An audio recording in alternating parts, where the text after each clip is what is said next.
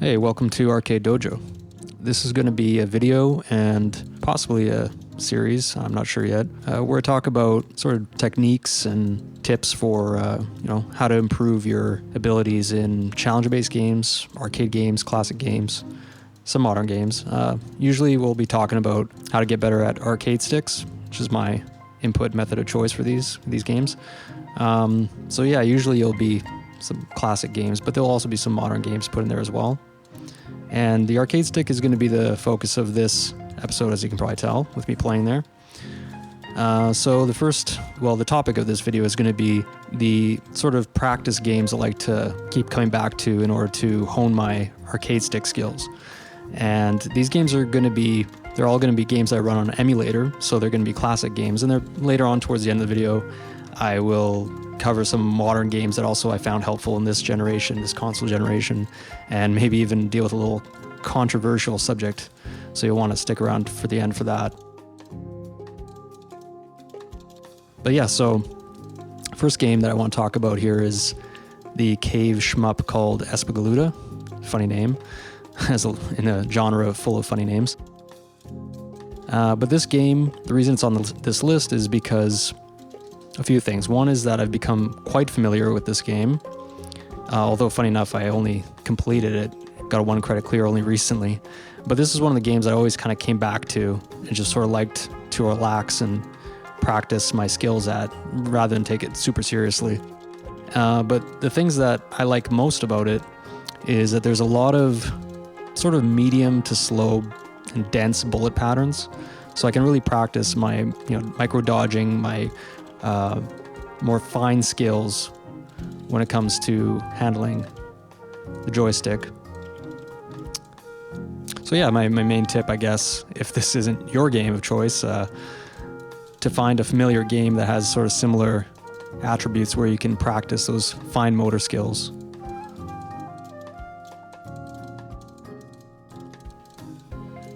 Another thing I liked about this game is you can vary the speed of the bullets as a core mechanic in the game with sort of like a bullet time, slow time. And that also can help with those micro dodging moments in the game.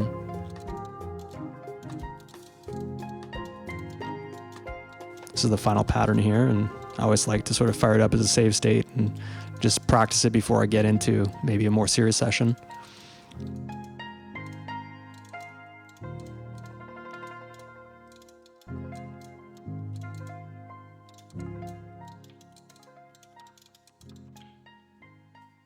And this next game, this is probably something on nobody else's list. In fact, the only reason it's on my list is because it's Operation Wolf for the NES, by the way, is because I vividly recall when I was, about 9 years old, getting this game for Christmas on the NES and being so disappointed because I expected to get something more like the arcade version. For those of you who might remember, the arcade version had this huge, very realistic Uzi that you use as a gun, as a input for the game. So yeah, good old politically incorrect 80s. Kids running around playing games with Uzis. Yeah, so no such luck with the NES version. Had basically this aiming reticle with the NES pad. I couldn't play it at all, but later on I realized, hey, this is a perfect game to practice because you have that reticle, and so you have to be very precise with your movements, and you have moving targets. Also, it has multiple speed select settings, so that's always very helpful.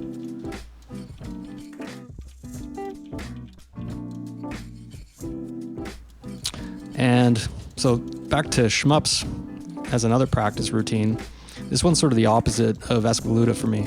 This is Dodonpachi, DaiOuJou, I guess, often called DOJ, I guess, because what I just said sounds ridiculous. How I said it anyways. But yeah, the reason I chose this game is the opposite of Espgaluda. It's kind of got medium to fast bullet speeds. But more importantly for me is I'm just not really familiar with this game, no matter how many times I played it. Because I never really played it seriously. I just sort of always fired it up whenever I wanted to just get into some quick action bullet dodging. So for me, this is just a real test of my real-time reaction skills.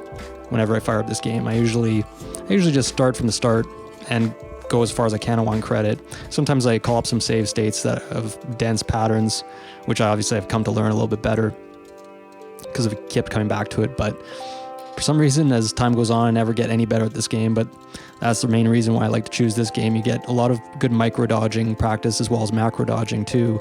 You kind of really have to use up the screen real estate and think on your feet, which is very helpful in practicing the arcade stick.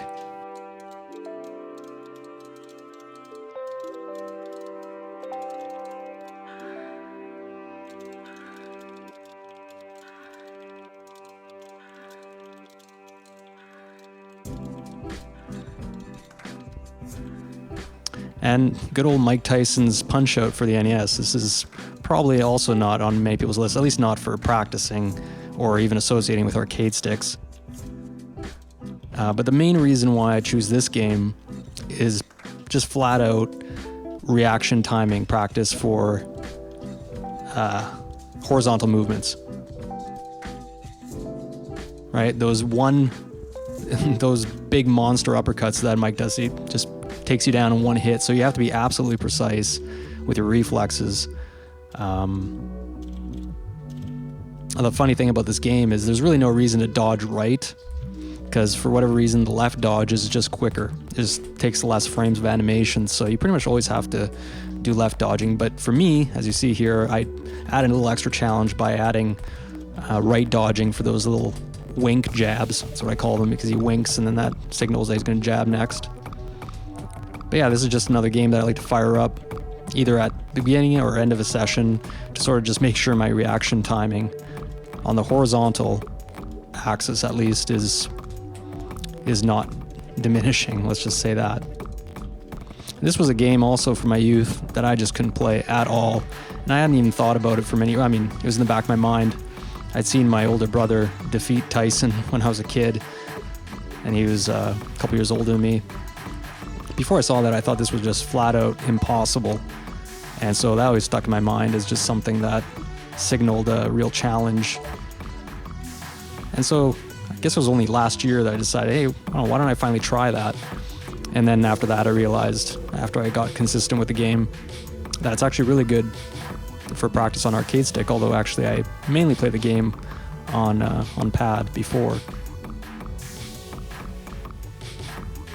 And so this is kind of the controversial part now that I'm getting to is, for me, I don't find first of all, I'll say that I'm really into fighting games. I'm outside of shmups, 2D shooters. It's probably my favorite genre in the arcade tradition.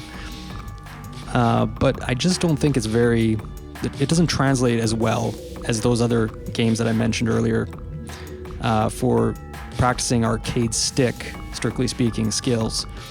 As you can probably see in some of these videos of me playing Street Fighter V, which was my go-to fighting game of this console generation. It's mainly button-oriented to my mind. It's all the timing the buttons. See those orbs coming off of Manat's V-trigger mode here, which is really the only reason for me to play as her. And then when they nerfed that, I kind of just stopped. Used to get 2 V-triggers, really great. But yeah, all that is just in the button work. You have to basically hold those buttons and methodically sort of, you have to release them to release the orbs in this order. And for me, I just find that the arcade stick itself doesn't lend itself too much to fighting games in terms of translatable skills. Obviously, you need to do those quarter circles, and that's, I think, the main skill that would translate. So that's a game that I played a lot, Street Fighter V, a little bit too much actually from this generation. And here's another one I played a lot on the PS4 as well, which it's an older game, technically a PS2 game, but tell me that doesn't look like a modern game. That's just a beautiful game. Odin Sphere, Lefthrasir, or however you say that. I really love this game. This was great practice as well for the arcade stick. Basically, it involves, you have to use mobility skills on the stick, so it's in some ways like a side scroller, but you also have the fighting game elements, lots of combo capabilities, which again is a little bit more button heavy, but nonetheless I found it very good for practice and ends up on my list as an honorable mention. And here's one that most people would not guess at. I may have been the only arcade stick playing, serious playing Rocket League player in my little Rocket League career when I was playing this game. And actually I caught a lot of flack for it. My friends I played with online that knew I was using arcade stick, they would just shake their heads at me. But I maintain, and I still maintain, that it's actually a very good, if not ideal, input method for this game. The game actually itself has 8-way directional flipping for the car. And when doing those aerials, which is kind of my specialty in this game, I'd always go for aerials, why not? It really involves a lot of micro-tuning of the direction. Anyways, those are some of my favorite games that I like to keep coming back to for practicing on the arcade stick. I'd be interested to know what some of your favorites are.